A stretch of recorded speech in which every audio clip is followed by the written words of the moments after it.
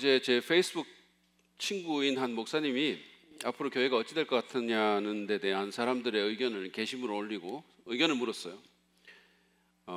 이런 답변이 이제 예답으로 줬는데, 첫 번째, 코로나 끝나면 이전과 비슷하게 모이고 예배한다.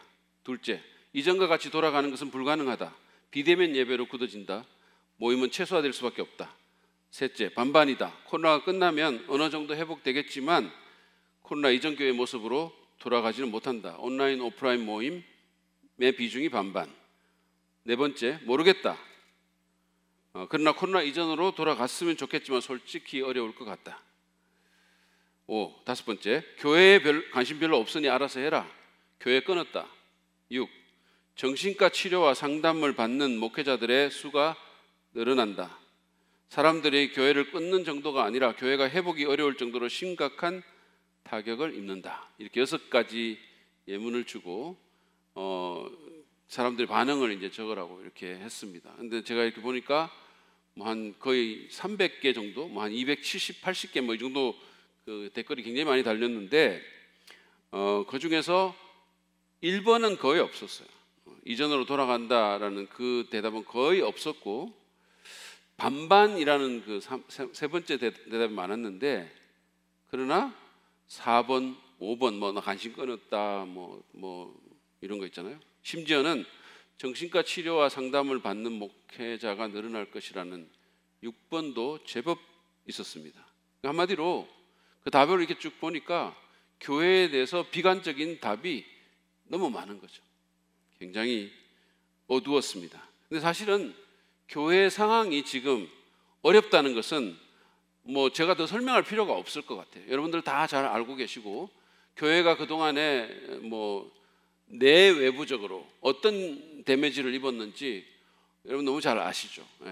그러니까 외부적인 것도 있고 내부적인 것도 있고 또 코로나라는 어떤 환경도 있고, 그래서 교회가 받은 그 상처, 교회가 받은 그런 어떤 여러 가지 해들, 이런 것들은 제가 굳이 여러분들에게 설명 안 드려도 여러분 너무 잘 아실 거고, 교회가 굉장히 어려운 상황 가운데 있고 앞으로도 어렵다라는 것은 모든 사람들이 공감하지 않을까, 저는 그렇게 생각합니다. 그런데 교회뿐만 아니라 사실은 이 세상의 상황도 마찬가지예요. 제가 이거를 보면 우리가 사는 이 살아가는 세상에 무엇 하나 그렇게 낙관적으로 보이는 것이 없습니다. 정치, 경제, 안보, 국제 정세, 사실은 모든 것이 다 어렵죠. 지금 우리나라 대한민국의 이 대선 전국이 이제 시작이 돼가지고 수많은 사람들이 대통령 해보겠다고 나왔는데, 저는 그 중에 누가 되더라도 이런 문제들을 해결할 수 있는 사람이 있을까?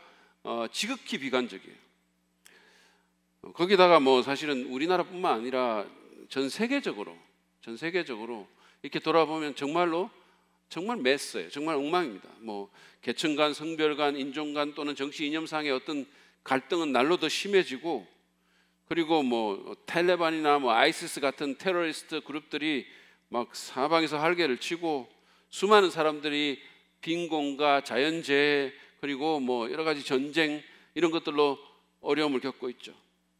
그야말로 세상은 혼돈과 위기와 어둠입니다. 이런 상황에서 하나님은 도대체 뭐를 하시는 것일까요?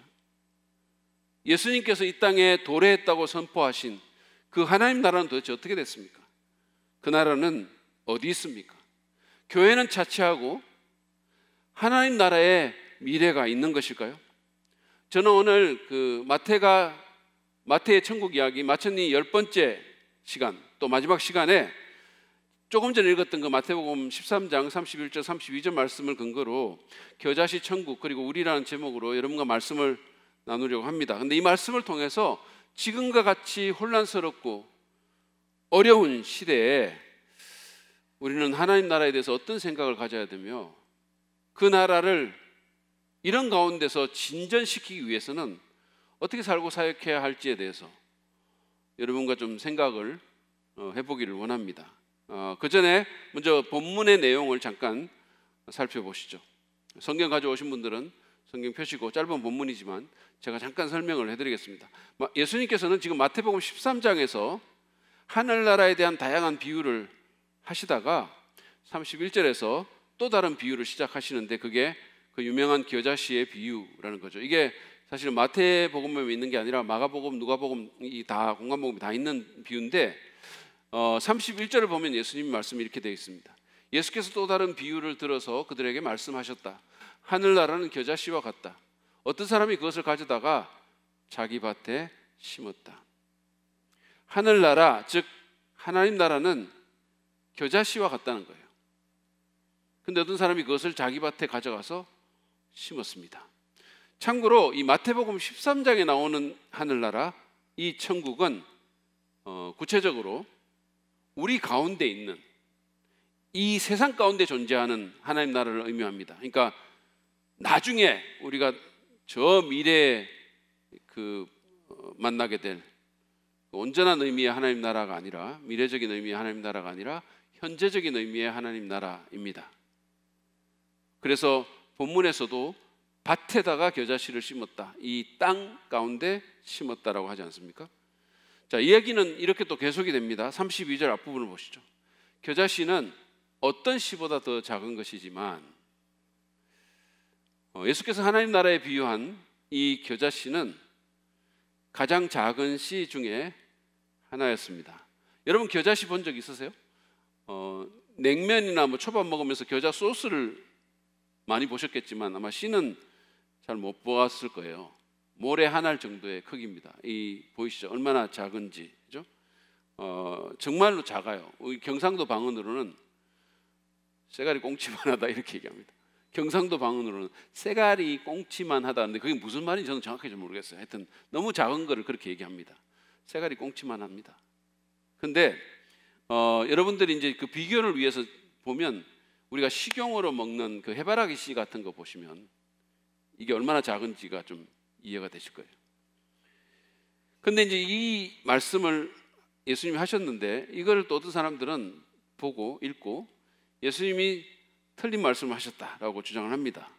왜냐하면 겨자씨보다 더 작은 씨가 분명히 있는데 예수님은 그것을 그 어떤 씨보다 더 작은 것이라고 그렇게 잘못 말씀하셨다는 거죠. 이를테면 열대우림에서 자라는 무슨 착색난이라는 난초과 식물이 있는데 이거는 그 씨가 겨자씨보다 훨씬 더 작다는 거예요. 이를테면 그 중에 어떤 거는 1인치가 이 정도 되잖아요. 1인치에 300분의 1 정도밖에 안 돼서 이게 거의 먼지 입자 수준이라는 거죠. 그렇게 작은 씨들이 있는데 예수님이 이렇게 이거를 제일 작은 씨라고 말을 했다는 거죠. 사실은 논점을 벗어나서 이렇게 세세한 걸로 따지는 사람들이 꼭 있어요. 그렇게 막 이걸 따지는 사람들이 있는데 뭐 따지는 건 좋은데 제가 말씀드리는 건 간단하게 설명하는 것은 뭐냐면 그 사람들이 알아야 될 것은 뭐냐면 예수님이 지금 식물학 강의를 하고 계신 게 아니라는 사실입니다. 그분은 당시 유대 문화에 널리 알려진 속담과 같은 그런 말을 가져와서 청중들이 이해하기 쉽도록 영적 진리를 설명하고 계시는 거죠. 여러분 예수님이 왜 모르셨겠어요? 세상의 모든 식물을 만드신 분이신데 겨자씨보다 더 작은 씨가 있다는 사실을 그분이 왜 몰랐을까요? 무슨 어떤 사람들은 이렇게 성경에 해가 뜬다라고 말했다고 그것도 틀렸다고 말하는 사람도 있어요. 지구가 한 바퀴 돌았다고 말해야 되는데, 그러니까 이런 식으로 따지는데 참 그런 따지면 좀 따지는 것도 정도가 있는데 좀 딱하다는 생각이 좀 들어요. 아무튼 당시의 팔레스타인 사람들에게는 겨자씨가 세상에서 가장 작은 씨였습니다. 예수님은 지금 그들의 이해 수준에서 하나님 나라에 대한 어떤 진리를 전하려고 하시는 것이죠. 자, 그러면 그게 뭘까요? 32절 중간 부분을 한번 보십시다. 자라면 어떤 풀보다 더 커져서 나무가 된다. 예수님은 겨자씨가 정말로 작은 씨지만 자라면 어떤 풀보다 더 커져서 나무가 된다고 하셨어요. 실제로 그것은 놀라울 정도로 크게 자라서 때로는 높이가 3m 이상이나 된다는 거죠. 사진 한번 보시죠. 네. 정말로 크지 않습니까? 정말로 크는 거죠. 엄청나게 커요. 그래서 당시에 팔레스타인에게는 이 식물을 정원에다가 심지 말라는 그런 얘기도 있었습니다. 왜냐하면 이게 너무 많은 공간을 차지하기 때문이에요. 그러니까 처음에는 씨가 너무 작으니까 그냥 함부로 심는데 감당이 안 된다는 거죠. 그래서 이 조그만 씨앗이 자라서 그렇게 크니까 예수님께서 어떤 풀보다 더 커져서 나무가 된다라고 말씀을 하신 겁니다. 근데 나무가 된다는 이 표현 또한 시비의 대상이 돼요. 그게 어떻게 나무냐는 거예요. 근데 그것도 그 시비에 대한 대답도 제가 앞에서 답변한 것과 기본적으로 같아요. 예수님 지금 식물학 강의를 하고 계시는 것이 아닙니다. 예수님이 어떤 풀보다 더 커서 나무가 된다는 그 표현을 하신 것은 당시에 통용되는 랍비식의 표현이었었어요. 식물학적으로 엄밀히 말하면 이것은 덤불이라고 하거나 감목이라고 하지만 예수님은 그 엄청난 크기를 들어서 나무라고 말씀하신 거죠. 따라서 예수님의 이 말씀은 과학적으로 정확하지 않을지 모르지만 당시의 표현 방식에서는 전혀 문제가 되지 않는 것입니다. 그러니까 해가 떴다라고 말하는 게 틀린 게 아닌 것처럼 똑같은 이치입니다. 다시 겨자씨 얘기를 한번 돌아가 볼까요? 예수님은 이야기를 이어가십니다. 32절 마지막 부분입니다. 그리하여 공중의 새들이 와서 그 가지에 깃들인다. 이게 얼마나 커졌냐 하면 공중의 새들이 와서 가지에 깃들 만큼 그렇게 커졌다는 거예요. 여기 이 예수님께서 새들과 관련된 얘기를 하신 것은 이 식물의 크기를 강조하는 의미일 수 있어요. 사진 하나를 보실까요? 우리 교회 예배당 앞에 있는 건데 여러분 이것도 나무예요. 이것도 나무인데 이런 나무에 새들이 와서 깃들 수 있겠습니까? 새들이 앉았다가는 그냥 추락하죠. 나무 다리가 부러질 겁니다. 그러니까 이게 이렇게 새들이 와서 깃든다는 것은 그만큼 크다는 그런 의미인데, 근데 어떤 주석가들은 여기 새들이 찾아오는 것과 관련해서 더 깊은 의미가 있다라고 주장하기도 해요. 일종의 풍류적인 의미를 부여하기도 합니다. 왜냐하면 구약 성경에 에스겔서나 다니엘서를 보면 여러 구절들이 이스라엘을 향해서 나오는 그 이방인들을 새에 비유하기 때문에 여기 예수님의 이 표현은 하나님 나라에서 자리를 찾게 될 이방인들을 나타낸다고 보는 거죠. 근데 실제로 마태복음은 이 이방인 선교를 강조하기 때문에 거기에 비추어 봤을 때 그런 의미가 여기에 의도된 것으로 저는 봅니다. 다시 말해서 겨자씨 같았던, 너무너무 작았던 그 하나님 나라가 엄청나게 커져가지고 그래서 온 세상의 이방인 나라들이 하나님 나라 안에서 안식을 찾을 정도가 되었다는 거예요. 이것이 오늘 마태가 전해주는 그런 천국 이야기입니다. 그러면 이 얘기가 지금과 같은 혼돈과 위기의 시대를 사는 우리에게 주는 교훈이 뭘까요? 지금과 같은 그런 혼돈의 시대에 천국을 진전시키는 삶을 살기 위해서 우리는 어떻게 해야 될까요? 첫 번째로 두 가지로 제가 좀 간추려서 말씀을 드릴 텐데, 첫 번째로 우리는 보이는 것만으로는 하나님 나라와 그 일하심을 판단하지 말아야 한다라는 것입니다. 이 혼돈의 시대에 정말 보이는 것이라고는 비관적인 것밖에 안 보이는 이 시대에 우리가 하나님 나라를 진전시키기 위해서는 보이는 것만으로는 하나님의 일하심을 판단하지 말아야 할 필요가 있다는 겁니다. 여러분, 오늘 이 본문에서 예수님이 이야기하신 그 이야기의 요점이 무엇일까요? 그것은 하나님 나라가 겨자씨같이 작고 미미하게 시작이 됐지만 뭔가 큰 것으로 자란다는 거예요. 그것이 이 얘기의 포인트예요. 요점이에요. 정말로 작고 미미하게 시작됐지만 그것이 엄청나게 크게 자란다는 거죠. 그러면 그분은 왜 이런 얘기를 하셨을까요? 왜 이 얘기를 주님이 하셨을까요? 복음서에 보면 예수님은 많은 경우에 사람들의 질문에 대한 대답으로 비유 얘기를 하십니다.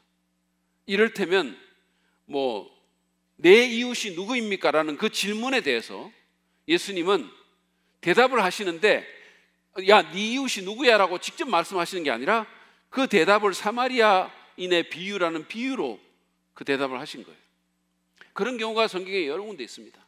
근데 어떤 경우는 이것처럼 사마리아인의 비유처럼 사람들의 직접적인 질문에 대한 대답일 수도 있고, 어떤 경우는 간접적인 또는 성경에 기록되지 않은 질문에 대한 대답일 수도 있는 거죠. 오늘의 이 겨자씨 비유는 바로 그런 대답으로 보면 됩니다. 비록 이 질문이 성경 본문에 나와 있지는 않지만 당시의 제자들과 이스라엘 사람들은 예수님에게 틀림없이 이런 질문을 했을 겁니다. 예수님은 하나님 나라가 가까이 왔다고, 임했다고 하셨는데 어떻게 된 겁니까? 그거 어디 있습니까 지금? 하나님 나라를 열으시려면 지금보다는 뭔가 좀 거창한 게, 뭔가 눈에 보이는 가시적인 게 있어야 하는 거 아닙니까? 라고 질문했을 거예요. 왜냐하면 우리가 알다시피 당시 이스라엘 사람들은요, 로마 제국의 압제 가운데 살았습니다. 그래서 사실은 어떤 나라를 갈망했어요. 이스라엘 역사를 여러분 아시면 더 잘 아실 텐데, 이스라엘 나라는 바벨론 제국에 의해 가지고 주전 586년에 나라를 잃었어요. 그래서 전 세계로 흩어집니다. 그 당시 알려진 세계로. 그래서 여러분 나중에 돌아오긴 하는데, 그래서 이 이스라엘이라는 나라는 거의 한 600년 동안을 외세의 압제 가운데 있었던 거예요. 바벨론이 처음이고, 그 다음에 페르시아, 그 다음에 그리스, 그 다음에 로마 제국. 막강한 나라들이 이 작은 나라를 짓누르고 지배했던 거예요. 그러니까 얼마나 어려웠겠어요. 그 영향이 얼마나 컸겠습니까? 그러니까 우리나라 같은 경우에 일제 36년도 힘들었는데, 사실은 그 사람도 잘 못 잊어버리고 거기 영향받아가지고, 제가 사실은 어릴 때만 하더라도 저희 어머니 같은 경우도 뭘 셀 때 하나 둘 셋 넷 이렇게 안 세고 니시 로꾸 하찌 이런 식으로 했어요. 제가 그걸 하도 들어가지고 저도 아는 거예요. 그런데 이건 36년도 아니고 600년의 그 압제가 얼마나 고통스러웠을까요? 그래서 예수님 당시에 이스라엘 사람들은 자기들을 이 압제로부터 해방시켜줄 그런 메시아를 대망했던 겁니다. 구약 성경에 예언된 하나님이 보내실 그 메시아, 그 그리스도가 와서 자기들을 억누르는 이 모든 제국들을 멸망시켜버리고, 그리고는 이 땅에 이스라엘 나라의 영광을 회복시켜 주기를, 하나님 백성의 그 나라의 영광을 회복시켜 주기를 간절히 원했던 겁니다. 그래서 그들에게는 그것이 바로 하나님 나라의 도래였었어요. 여러분들이 그 사도행전을 보시면 예수님이 심지어는 부활하셔가지고, 그래서 40일 동안 이 땅에 계시면서 제자들에게 거기 보세요, 하나님 나라에 대해서 말씀하셨는데, 그러고 이제 승천하시려고 하는데 그 순간에도 그렇게 듣고 하나님 나라에 대해서 말씀하셨는데도 제자들이 뭐라고 질문합니까? 주께서 이스라엘 나라를 회복하심이 지금이십니까? 이렇게 물어요. 그러니까 그들에게 하나님 나라는 이 이스라엘의 영광을 회복하는 거였었어요. 그래서 예수님이라는 사람이 와가지고 어느 날 나타나서 하나님 나라가 이 땅에 임했다라고 하니까 그들이 그 기대가 어땠겠어요? 한번 생각해 보세요. 거기다가 이 예수라는 사람을 가만히 보니까 범상하지가 않아요. 기적을 행하기도 하고 놀라운 일들을 행한단 말이에요. 그러니까 자기들이 그동안 수백 년 동안 꿈꾸던 그 하나님 나라가 이제는 이루어지겠구나 생각했을 거 아닙니까? 그래서 이 예수를 필두로 해서 로마 제국과 일전을 벌여서 로마 제국 완전히 멸망시키고 이스라엘의 영광이 드러나겠구나 이렇게 생각했던 거죠. 그런데 그런 조짐이 전혀 안 보이는 거예요. 이게 이를테면 무슨 사람들 막 모으고 정치 자금 걷어가지고 말과 마차도 장만하고 무기도 사고 그래가지고 무슨 군대도 훈련시키고 그래서 로마하고 한번 해야 되는데 그런 게 없는 거예요. 예수님은 허름한 옷 걸치고 그리고는 무슨 세리 어부 출신 이런 사람들 데리고 그냥 무슨 시골길이나 왔다 갔다 하면서 아니 무슨 오른밤 치면 왼밤 돌려도 이런 소리나 하고 있는 거죠. 이게 지금 로마 제국 물리쳐야 되는데 오른밤 치면 왼밤 되라?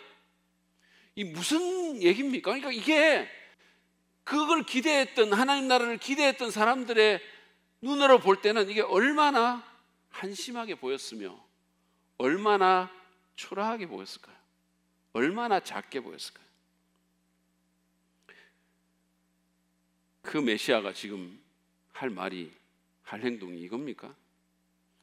여러분, 이 사람들이 지금 상대해야 될 로마 군인은 어떤 사람들이냐면, 사진 보세요. 이 사람들은 이런 사람들인 거예요.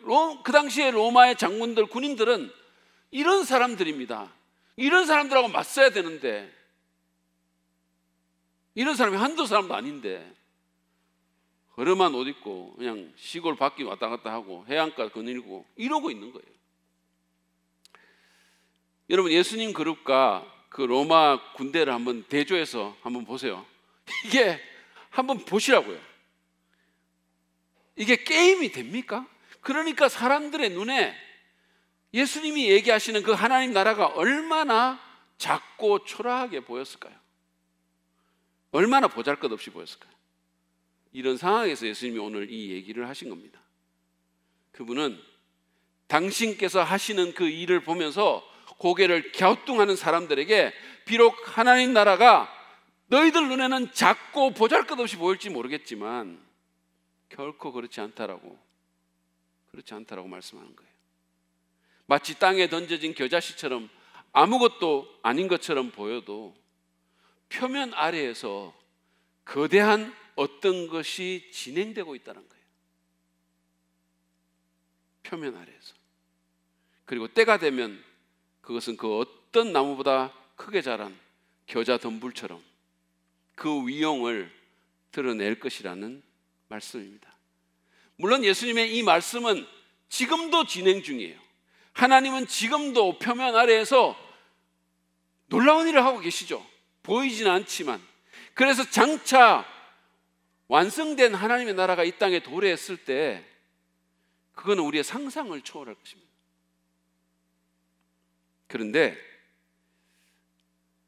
그렇게 지금도 진행 중이지만 그러나 때때로 이 말씀이 가끔씩 마치 우리에게 맛배기를 보여주듯이 때때로 실제로 드러나는 경우도 우리는 봅니다. 한 예로 예수님께서 정말 겨자씨같이 작고 보잘것없었던 그 하나님 나라 운동을 시작했는데 여러분, 그게 결국은 어떻게 돼요? 로마 제국을 접수합니다. 그게 엄청나게 많은 사람들이 결국은 예수 믿게 되고 그 영향력이 너무너무 커져서 로마의 황제조차도 무시할 수 없게 된 거죠. 그래서 4세기에 이 기독교가 로마 제국을 접수해버립니다. 그리고 당시에 이 세상을 호령하던 그 제국, 그 영광스럽고 그 위풍당당했던 그 제국은 지금 눈 씻고 찾아볼 데도 없어요. 그러나 예수님이 세우신 그 교회는 지금 온 세상에 퍼져 있습니다. 그 흐름한 옷 입고 시골길 돌아다니고 무슨 호숫가 왔다 갔다 하던 그 예수님이 세우신 그 교회는 그 제국이 완전히 박살이 나서 없어진 이때에도 온 세상에 존재한다는 거예요. 그래서 지금 이 순간에도 세상의 곳곳에서 수많은 사람들이 각종 언어와 민족과 나라들이 예수를 주님으로 고백하고 그분을 찬송하는 거예요. 당시에 듣보잡이었던 베드로, 안드레, 요한, 야고보 같은 이름은 지금 서구권의 부모들이 자신의 사랑하는 자녀들에게 가장 붙여주고 싶어하는 이름이 됐고, 그 당시에 천하를 떨게 만들었던 로마 황제들의 이름은 개와 고양이의 이름이 되고 말았어요. 코모두스, 시저, 티투스, 아우구스투스, 마쿠스 아우렐리우스, 클라디우스, 네로. 당시에 이런 이름들은 사람들이 그 이름만 들어도 떨고 무릎에 힘이 빠질 그런 이름들인데, 지금 이 이름들은요 서구권 펫 이름으로 제일 인기 있는 이름들이에요. 노래도 있잖아요. 금은 고양이 네로. 그래서 서구권 사람들은 지금 자기 펫 부를 때 네로야, 시저야, 커머더스야 이렇게 부르는 거예요.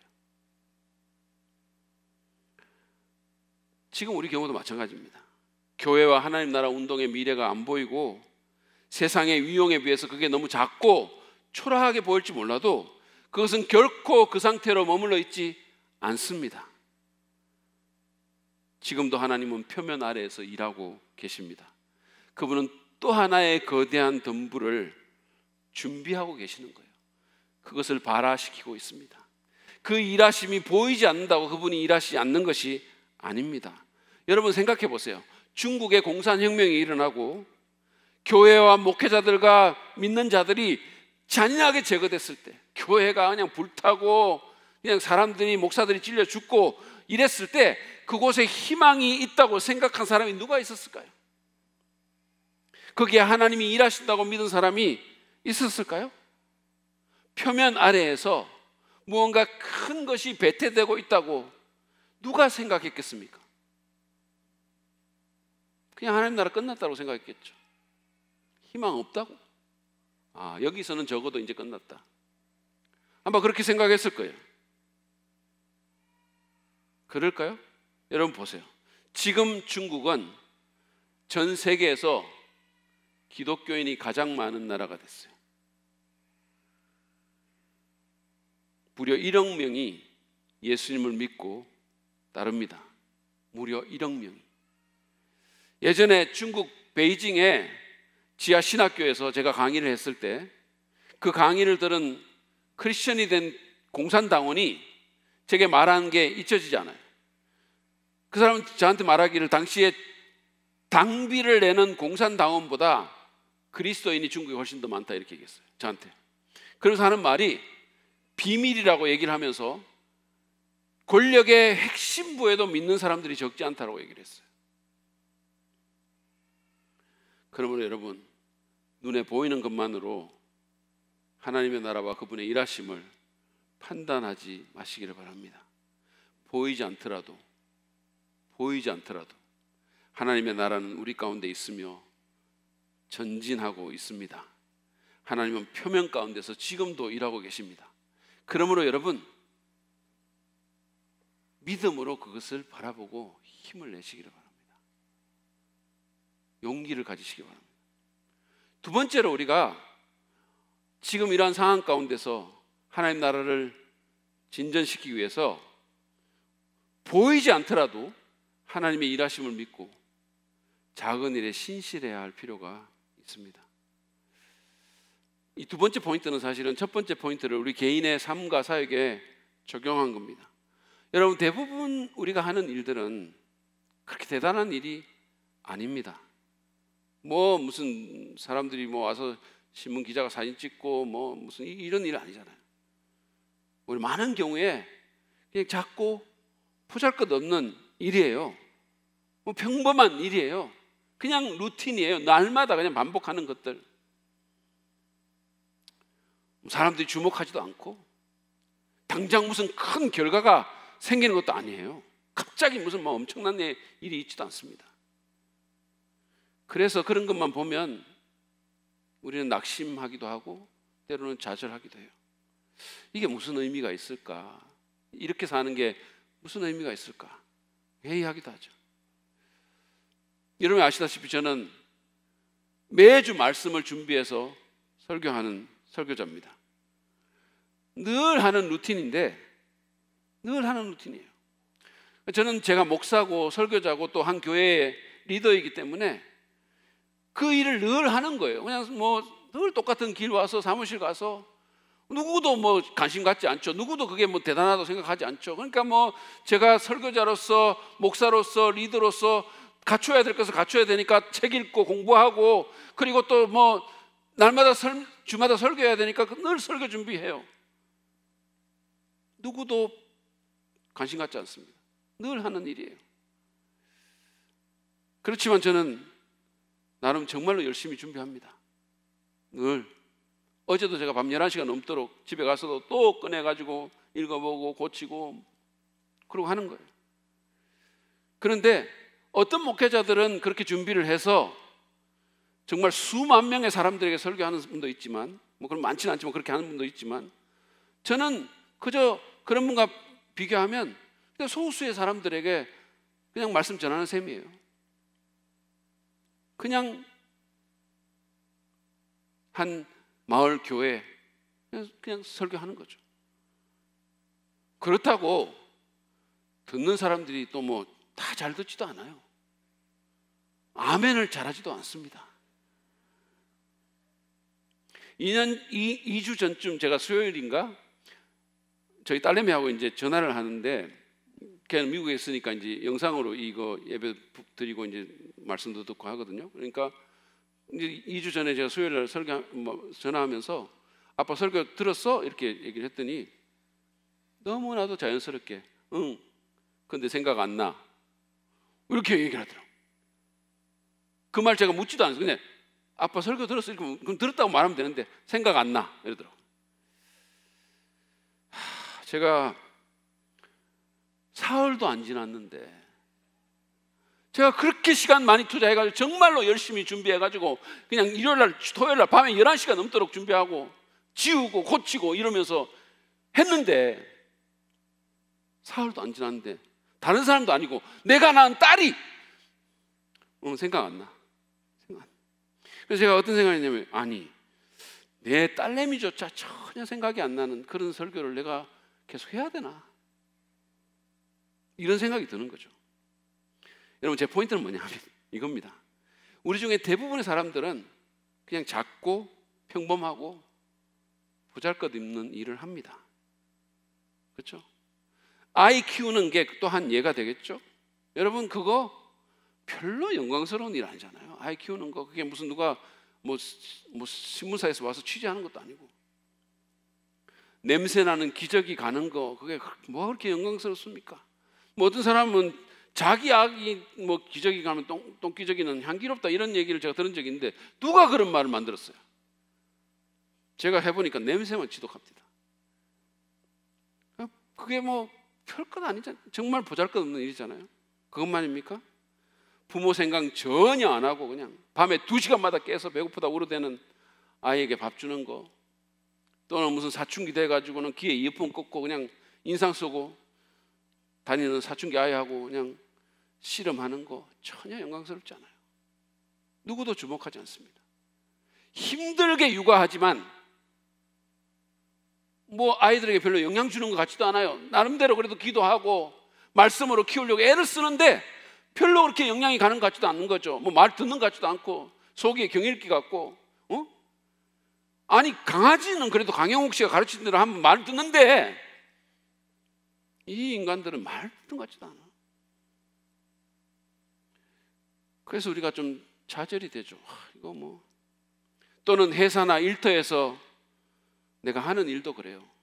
날마다 하는 일, 뭐 일이 마음에 안 차기도 하고 별로 중요하게 여겨지지 않을 수도 있어요. 남들은 좀 큰일 하는 것 같은데 내가 하는 일은 작고 보잘것없다라는 생각, 그런 생각이 자꾸 나를 찾아오죠. 이게 하나님 나라하고 무슨 상관이 있을까? 뭐 이런 생각도 들고, 이렇게 하는 게 하나님 나라에 무슨 영향을 줄까? 뭐 이런 생각도 드는 거죠. 회의가 오는 거죠. 그래서 우리가 낙심하고 좌절하죠. 그러나 여러분 기억하십시오. 여러분은 하나님께서 지금 어떤 일을 하고 계시는지 전혀 모를 수 있어요. 여러분의 그 작은 일 가운데 하나님이 무슨 일을 하시는지 여러분은 전혀 모를 수 있어요. 그 표면 아래에서. 만약에 여러분이 하는 그 일이 하나님께서 불러서 하라고 하신 일이라면 그것이 아무리 작아도, 아무리 보잘것없어도, 아무리 그냥 평범한 루틴이라도 하나님은 표면 아래에서 일하실 것입니다. 그 겨자씨를 갖고 일하십니다. 그분은 당신의 그 작은 겨자씨가 언젠가 봐라 할 수 있도록, 그래서 새들이 깃드는 나무가 되도록 하실 겁니다. 여러분, 지금 제 말을 그냥 세상적인 성공이나 숫자적인 사이즈 같은 크기로만 생각하지 않았으면 좋겠어요. 저는 지금 인생의 진짜 가치에 대해서 말씀드리고 있습니다. 하나님의 뜻과 계획을 이루는 그 위대함, 진짜 위대함, 하나님이 인정하시는 진짜 성공에 대해서 말하고 있는 거예요. 천국에서도 남을 수 있는 그 일. 하나님은 지금 그 작업을 여러분의 그 작은 것을 통해서 하고 계시는 거예요. 근데 우리는 결코 그것을 모를 수 있어요. 왜냐하면 표면 아래에서 일들이 진행되니까. 세상이 작다 하더라도 하나님은 진짜 큰 것을 위해서 일하실 수 있습니다. 천하보다 귀한 영혼, 그런 것을 위해서. 그래서 우리 개인의 사역에도 마찬가지예요. 우리 조금 전에 1:1 양육 수료식도 했지만, 여러분 어떤 한 사람을 양육하기 위해서 기도하고 준비하고 시간 같이 보내고 마음을 쏟아붓는 그 일이 작게 느껴질 수 있어요. 사람들은 잘 모르죠. 이게 무슨 누군가 양육하려면 그냥 되는 줄 알아요. 그거 준비해야 되거든요. 그거 신경 쓰이거든요. 기도해야 되거든요. 그렇게 애써가지고 하면 그게 한 사람 작게 느껴질 수 있어요. 어떤 사람은 뭐 수백 명, 수천 명 모아놓고 가르치는데 유튜브 영상 하나 올리면 막 정말 많은 사람들이 그냥 와서 그거 보고 듣는데, 나는 겨우 이 한 사람에게 투자해야 되나, 그런 생각 들 수 있어요. 거기다 그 한 사람이 별로 감사하지도 않고 뭐 잘 듣는 것 같지도 않을 때는 더 그래요. 좀 재밌게 좀 해보세요. 뭐 이렇게 말하고 뭐 이러면 더 힘이 빠지죠. 여러분 목장 사역도 마찬가지입니다. 작아요. 주일학교 교사들, 다음 세대 사역자들도 마찬가지입니다. 내가 하는 이 일이 무슨 의미가 있을까, 그런 생각이 들 수 있어요. 아이들 잘 변하지도 않고 뭔 말을 해도 그냥 이게 무슨 애가 살아있는 건지 죽은 건지 모르겠고, 그러면 더 그렇죠. 그렇다고 뭐 숫자가 또 늘지도 않죠. 그렇지만 기억하십시오. 여러분은 지금 하나님께서 어떤 일을 하고 계신지 전혀 모를 수 있어요. 하나님께서는 여러분의 그 작은 그 일이 무언가 크고 중요한 것으로 발화하도록 은밀하고 위대하게 일하고 계십니다. 1858년도에 보스턴에 있는 마운트 버넌 해중교회라는 작은 교회에서 주일학교 사역을 하던 에드워드 킴벌이라는 교사가 자기 반 아이들을 하나씩 신방을 해서 구원 점검을 해보기로 마음을 먹었어요. 이 아이들이 진짜 예수님 믿는지. 그래서 어느 토요일 날 그는 구두방에서 일하는 자기 반 아이를 신방해서 복음을 전했고 그 아이를 주님께 인도했습니다. 작은 일이죠. 그냥 한 교회에 그냥 평범한 주일학교 교사가 뭐 돈이 없어가지고 학교도 못 가고 구두방에서 일하고 있는 그 아이에게 신방 가는 거, 이게 얼마나 작은 일입니까? 정말 보잘것없는 일이잖아요. 근데 킴볼은 그 당시에 전혀 모르고 있었지만 하나님은 표면 아래에서 뭔가 크고 중요한 것을 위해서 일하셨어요. 그 아이가 자라서 19세기 말과 20세기 초반에 미국과 유럽을 뒤흔든 세계적인 전도자가 됐는데 바로 D.L. 무디라는 사람이었습니다. 근데 이 무디가 회심한 지 21년이 지난 어느 날 영국 런던의 한 집회에서 말씀을 전했어요. 근데 그 말씀에 감동을 받고 주님께로 회개하며 돌아온 사람이 있었습니다. 바로 프레드릭 메이어라는 사람이었는데, 이 사람은 곧 전도자의 소명을 받고 무디와 함께 복음전도 사역에 뛰어들었어요. 이 사람 또한 위대한 전도자가 됐어요. 메이어의 설교를 듣고 윌버 채플먼이라는 YMCA에서 일하던 사람이 감동을 받아서 그 사람이 또 사역자가 됐습니다. 근데 이 사람이 어느 날 우연한 기회로 메이저리그에서 뛰고 있던 한 야구 선수에게 복음을 전했어요. 그 선수는 보스턴에서 150만 명에게 복음을 전하는 전도자가 됐어요. 바로 빌리 선데이라는 사람입니다. 근데 이 빌리 선데이가 자신의 열매인 모르드게 함이라는 또 다른 전도자와 함께 노스캐롤라이나의 샬롯이라는 곳에서 집회를 열었어요. 그 집회가 3주간이나 진행이 됐는데 결과가 너무 실망스러웠어요. 아무리 열심히 말씀을 전해도 그 집회에서는 예수님을 영접하는 사람이 없었던 거예요. 실망스러운 표정을 가까스로 참고 그 대회를 끝내가고 있었습니다. 그런데 마지막 날 청중 뒤쪽에서 소년 하나가 강대상 앞으로 나오더니 예수님을 영접하겠다고 했어요. 16살밖에 안 되는 소년이었습니다. 근데 3주 동안 그렇게 대단한 사람들이 와서 큰 집회를 했는데 16살짜리 소년 하나가 집회 분위기를 바꾸겠어요? 빌리 선데이와 모르드게 함은 크게 실망했습니다. 겨우 학생 한 명이면 거예요. 그런데 그때도 하나님은 표면 아래에서 뭔가 크고 중요한 것을 위해서 일하셨어요. 그분은 빌리 선데이와 함이 실망스럽게 느꼈던 그 작은 일을 발화시켜서 전 세계 2억 명에게 복음을 증거한 빌리 그레함 목사라는 거대한 나무를 키워내셨습니다. 그리고 사실은 이 모든 일들이 한 주일학교 교사의 정말로 평범하고 작은 일에서 시작됐다는 거예요. 여러분 기억하십시오. 보이지 않는다고, 느껴지지 않는다고 하나님이 일하지 않는 것은 아닙니다. 작다고 보잘것없어 보인다고 내 기대와 다르다고 그게 진짜 그런 것은 아닙니다.